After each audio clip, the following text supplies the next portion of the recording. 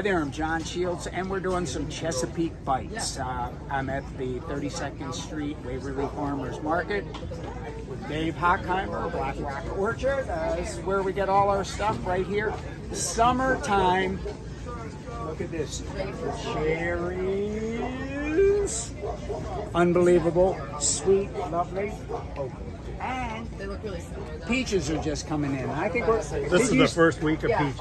And you said it's going to be a bumper crop? It's going to be a bumper crop this year. A beautiful crop of peaches this year. Yeah. So these are rich May. These are the first ones. All right. Well, we're kicking it off right, and we're going to make some cherry and peach enchiladas. Meet you in the kitchen.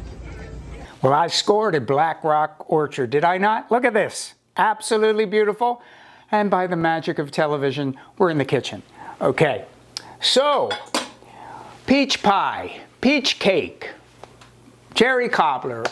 What the hotel are we going to make today? Well, we're going to do something that you might not think makes a whole lot of sense from an old traditional American thing. We're going to do a peach and cherry enchiladas. Obviously, first thing we needed to do, we went to Black Rock Orchard, but you go to your farm stand, go to any of your farmers markets around you. It is peach time, prime time, peach time, and I heard it's going to be a bumper crop this year. So what I did was not really complicated.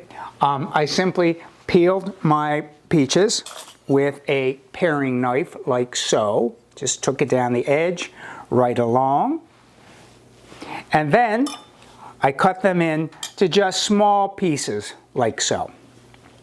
Cherries, a little bit more difficult because you need a cherry pitter. And so we pitted the cherries and then cut them in, if they're small, half, if they're larger, into quarters. All right, next. So I'm going to take my absolutely sweet, beautiful cherries that make its own juice, unbelievable, and then the gorgeous peaches.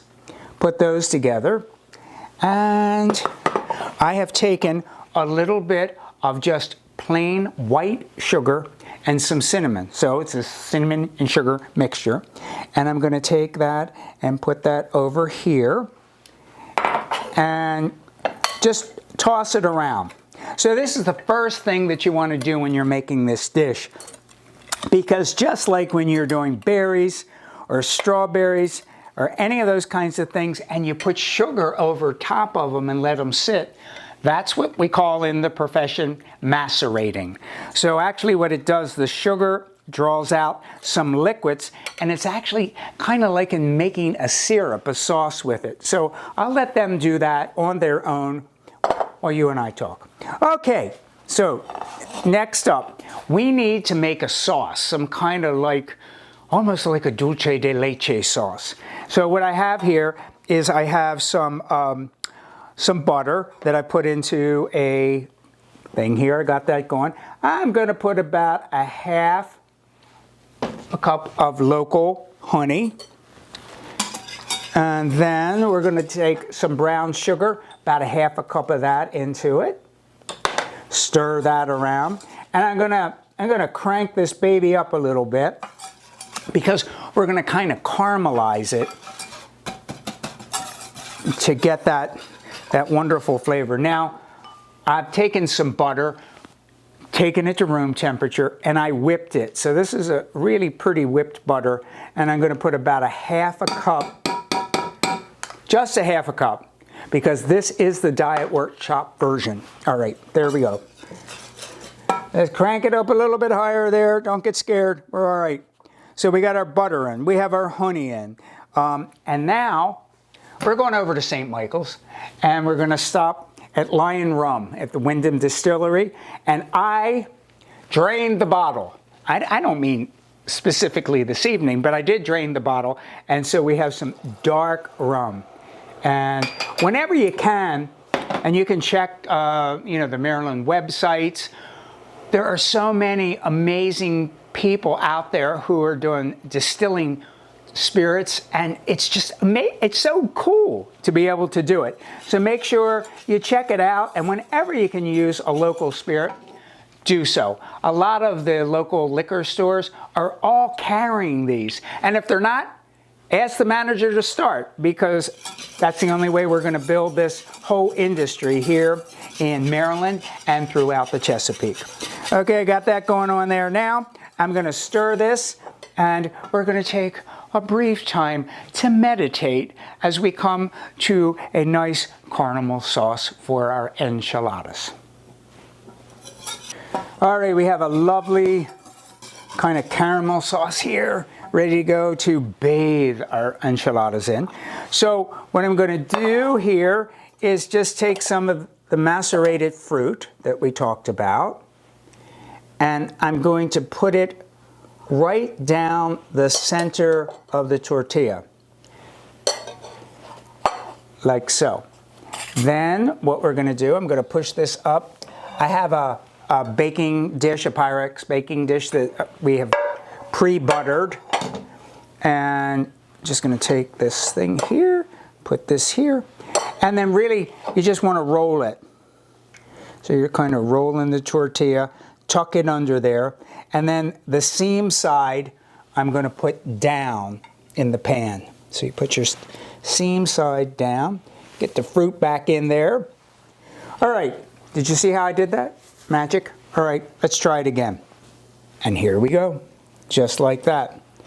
Okay, so here we have our enchiladas in there. Next up, I'm going to pull this back a little bit, and I'm going to use the same spoon that has all the delicious flavor of the macerated peaches and cherries.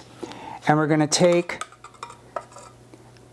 that gorgeous caramel sauce, look at that, all over here.